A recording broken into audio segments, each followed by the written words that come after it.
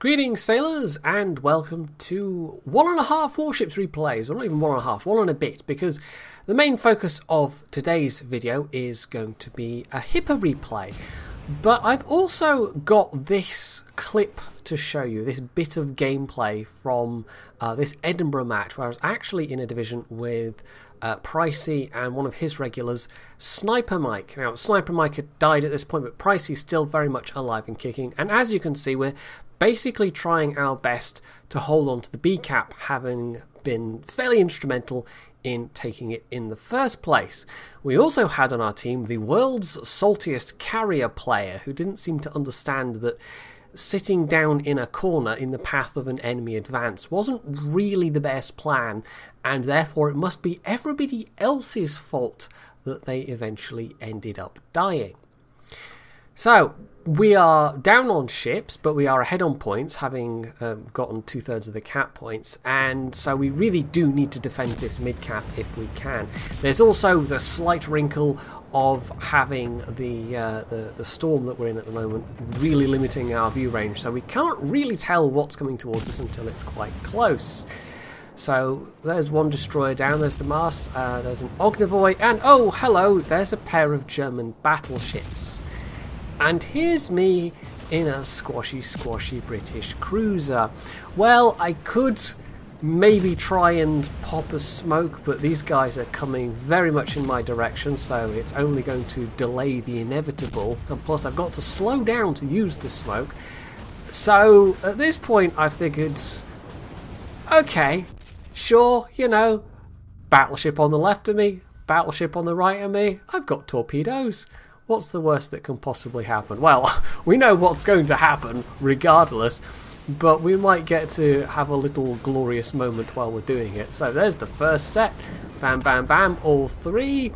And there's me dead, but the second set is also going to hit true. The reason why I went for just the regular drop instead of the single was just, well, it's very close range, and also you can just launch all of them that bit quicker, because I was pretty sure I was going to die. I had no idea if I'd get both sets off, but as it was, I did, and that was quite a lot of extra damage. Now, we did end up winning this one in the end just through points, because we've also gotten the third cap point now. It still was very close, though. It was only a couple of ships versus a couple of ships, but yeah, our team was able to not really lose too many more people, and eventually we just went up to 1,000, and that was that. But it was quite a close game. So yeah, I went into that with what, 20 odd K damage, came out of it with nearly 100k. I'd say that was quite good. Pricey there, top of the team, 2,400 just about, and I was just over 1,800. And Sniper Mike didn't do quite so well, but it's fine. And yeah, it was a fun moment. Somebody in either my chat or Pricey's chat, I forget if I was even streaming, suggested that I should have been shouting "Witness me" as I was doing it, but sadly I didn't think to quite at the moment. So yes, that was just a bit of bonus footage. Now we're going to go on to the main meat of this video. This is another Tier 8 cruiser, and that's partly why I chose that Edinburgh clip for the front part of this video, because I thought, you know, there's at least some connection there. This time around, it's the Hipper. And this thing, well, it's a good-looking ship. It's got some real strength to it, but everybody that plays it basically seems to agree that it just really does not do that well in terms of the DPM. It's not got a great reload, and on top of that, it's not got very good HE. Now, that needs to be qualified a bit. It has the quarter pen value as opposed to the sixth pen value that most other HE shells get, but it also has a really low fire chance. Well, really low, a low fire chance. So you've got better pen, but less fire chance, and the low rate of fire, comparatively speaking, on these guns as well, means that this has among the worst HE DPM at Tier 8 of any Tier 8 ship. There are quite a few that significantly outperform it at this tier. So it's really the only particular shortcoming of the Hipper is that DPM. And yes, this is just me dealing with that replay bug there, which they've fixed since then. I think this was a patch 6.15 replay, so they have fixed it, fortunately. in all other regards, it's a fairly nice ship. And it does have one real strength for being a tier 8 cruiser, which is going to be particularly useful in this top tier situation, in that it's actually reasonably well armoured.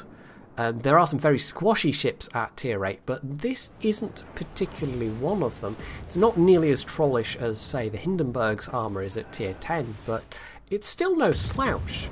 If you're angling correctly, your belt armour will be really, really effective. And of course, having talked also about the HE, well, the AP, it's German AP, it's pretty effective, so even against battleships at the mid to longer ranges, you know, AP is still going to be reasonably effective. And you'll actually see me switching back and forth a lot between the ammo types in this particular game, because although I don't always get it right, you know, I'm trying to respond to the targets that are presented to me and how they're angling.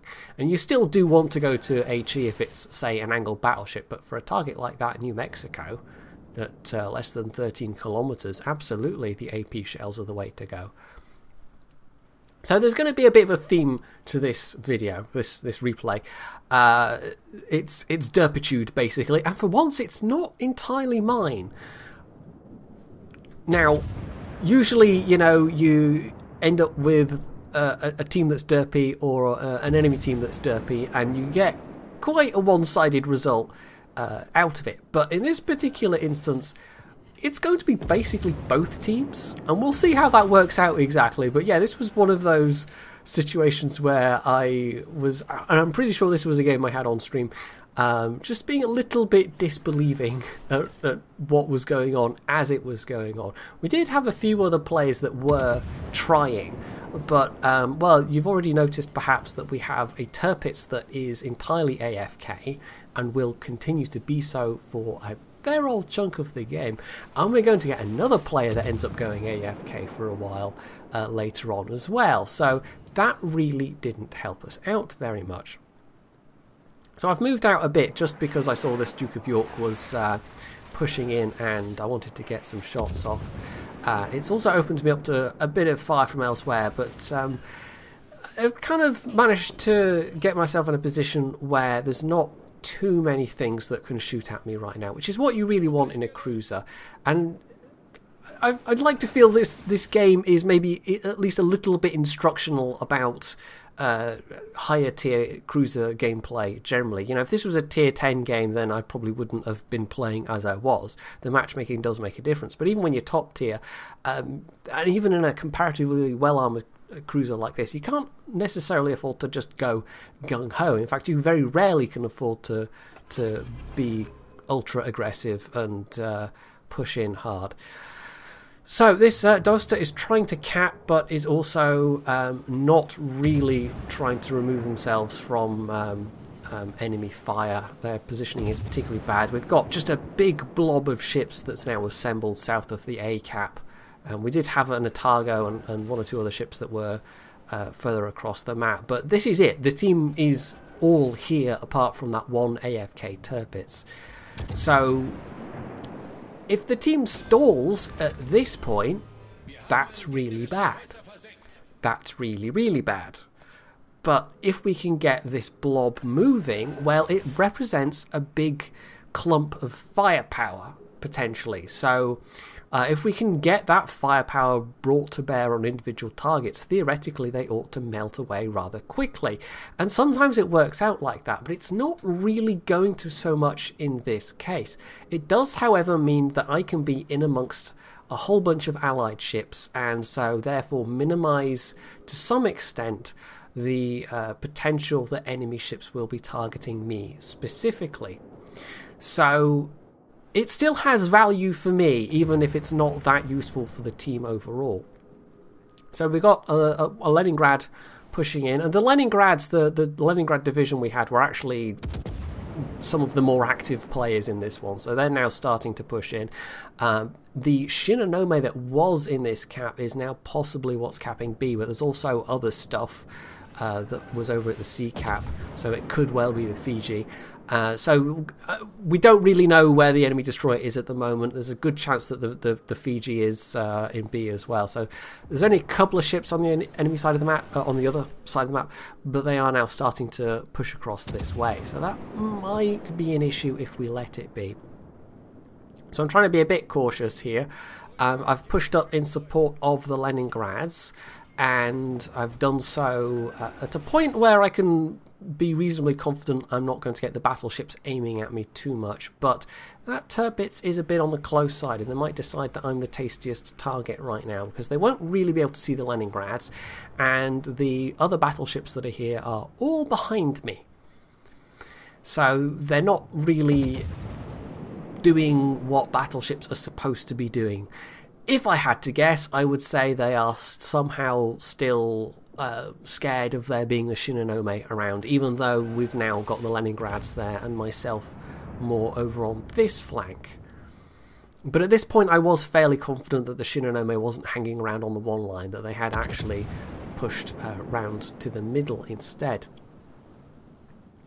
So I'm vainly trying to set some fires there. I mean, I will manage a bit of fire damage in this game, but nothing spectacular, because that's just not really a strength of this ship. You know, they gave it that trade-off, you know, the extra HE penetration and less fire chance. Man, wouldn't it be crazy? Wouldn't it be really crazy if Wargaming gave a class of ships not only that extra penetration with their HE, but also a really, really good fire chance? But obviously that would be completely imbalanced, and Wargaming would never do a thing like that. No. Anyway, before I start laughing bitterly, let's get back to the game at hand. So I was trying to manoeuvre around I'm not quite sure, that was a bit of an awkward manoeuvre honestly, but I think I was trying to manoeuvre around so I wasn't going towards the Tirpitz any more than I really had to. And he took that opportunity to target me, but there we go, there's that belt armour proving its worth. So I took absolutely no damage there whatsoever. Now, really HE would be, there we go, the thing to be firing here, so I'm switching back to that. But I think this is also the point where my brain was starting to tickle me about that Shinonome, because as far as the Shinonome is concerned, you know, if I was in their shoes, this would represent a reasonably good opportunity to get up behind us and hose some torpedoes across the cap circle. So, you know, if I were in their shoes, I think that's what I'd be doing roundabout now. So I'm going to try and position myself to see if I can't see anything around the back here. And this is also partly because I don't really want to be at the forefront. We have all these battleships here, and I don't really want to be at the forefront in a cruiser. Because even with the good matchmaking, even with the comparatively good armour of the Hipper, you're only going to last so long. I don't have a heal to work with, so, you know, once my hit points are gone, they're gone. So we've lost one of the battleships that was here.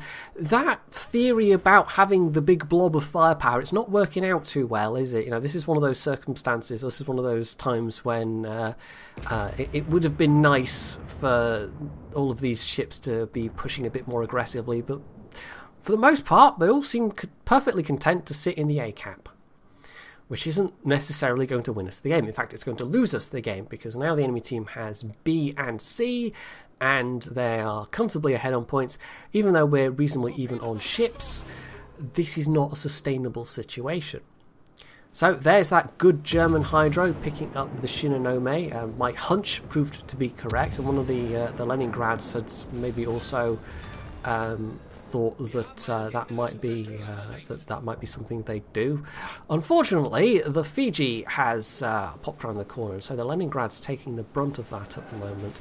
There's also an Alabama there, and it might have been them that was briefly targeting me, or it might have been the Fiji, but for the time being, yeah, they're trying to nail the Leningrad, because the Leningrad is the lower health target, and if you've got a low health destroyer, you really don't want to let them get away. However, versus even my 8-inch shells, the Fiji's armour is not doing so well. So, yeah, it might take one or two more salvos to finish him off, unless he gives me a broadside. And, well, okay, that was actually not me that got the kill there, but never mind, it would have been if I'd been able to reload just a bit quicker. I don't even think I've got Adrenaline Rush on this captain, which is probably a bit of an oversight, or maybe I just don't have the captain points. I'd probably put them in something else first, like Expert Marksman. Well, actually, I don't even know. What would I have put them in? Maybe it is an Adrenaline Rush. I honestly can't remember, and bearing in mind this is like a 2-month-old game at this point, so I've undoubtedly put some extra points on this captain in that time. Anyway, so the Fiji's dead is what prompted that complete aside, and we've now got a little bit of movement going, but it's not really going that well overall. We have killed some more ships, but despite our superior numbers, the majority of the team just seems so hesitant. Now the Tirpitz has finally woken up. They took some damage in the meantime while they were AFK, and it's taken them over half the game to actually, wake up and start moving. So that's a bit of a bonus. That's a bit of a boon. We finally aren't down any players, but they're not going to do all that well as it turns out. And I think it's around about now that the Duke of York, who is the other guy I mentioned that goes AFK, I think he's just not there at this point. That, however, is not going to become apparent until a little bit later on. So the Alabama takes some torps. One of the Leningrads unfortunately gets nailed, but he was playing a risky game closing to that kind of range to drop his torpedoes. A bit too risky of a game, to be honest, but it might be that they were starting to worry about time because, 6.5 minutes, we're getting down to it a little bit. But we should still be able to do this. We have the superior numbers. Well, theoretically, anyway. It's just most of the team seems so terminally uncoordinated. But then, I mentioned that the enemy team's playing a bit derpily as well, and if you look at what they've been doing, it's not like they've been any more coordinated either.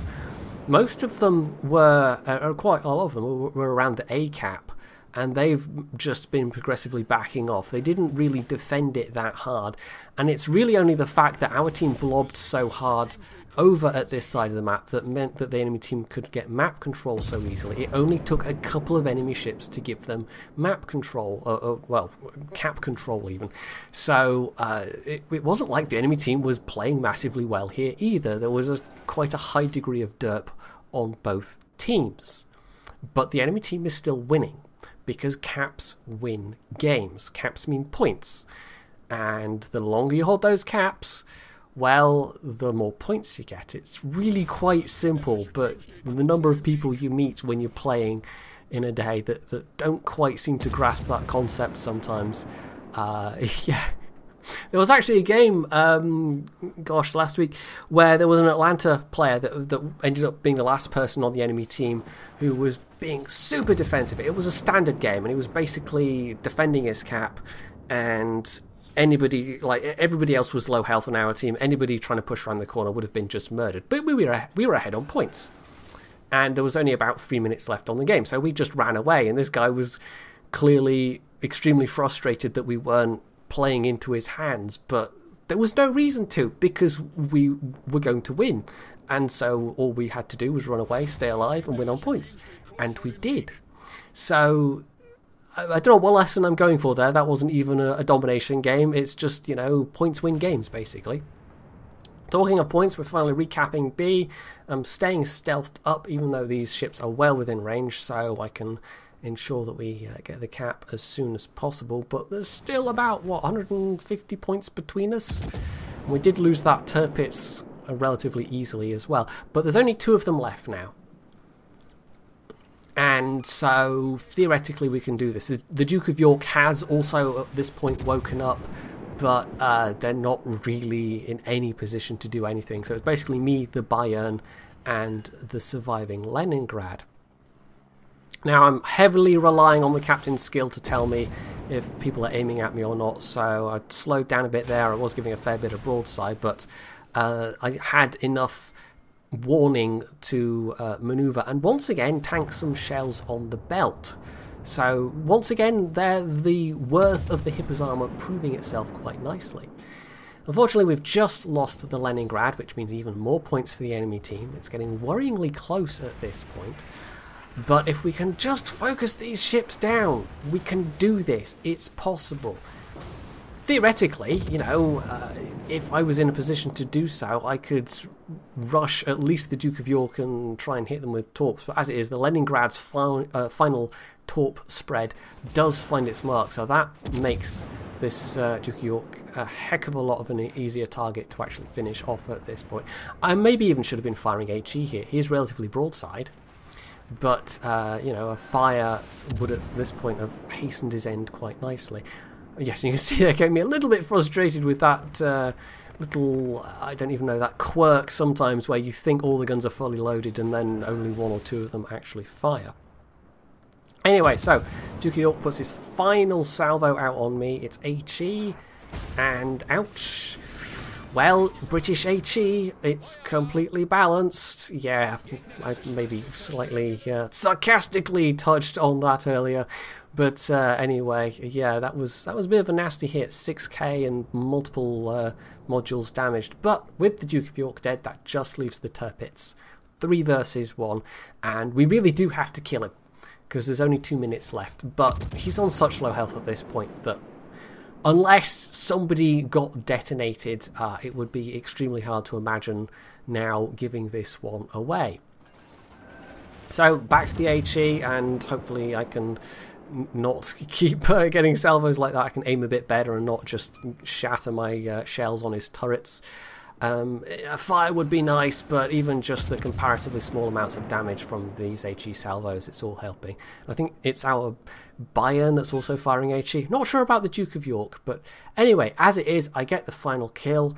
4 kills, 107, nearly 108k damage, and a pretty reasonable score, all things considered. And I had to be a bit mercenary in that one. I had to, at times, try and, you know, stealth up when I could be firing and hope that other people fire at my teammates rather than me. But that's the cruiser life, really. You just, at times, have to do your best to make it really annoying to hit you in your fragile cruiser and hope that they fire at your teammates instead, because you can't really take the hits, even in something like a Hipper. And even playing fairly cautiously for the most part, I was still down to about half health at the end of that. So, the Hipper, I think it's a really nice looking ship. It's got some nice qualities, but man, it just feels like a bit of an uphill struggle at times with that lack of DPM working against you. And you really do need those longer matches to start racking up appreciable amounts of damage, unless, you know, you have a game like that first clip with the Edinburgh and you can just spray torpedoes out at battleships on either side of you. But those kinds of sets of circumstances don't come along very often, unfortunately. So, hopefully you have enjoyed this replay and a bit, and if you have, you can leave any comments below, you can hit the like button, you can sub to my channel if you haven't already, and as always, stay tuned for more.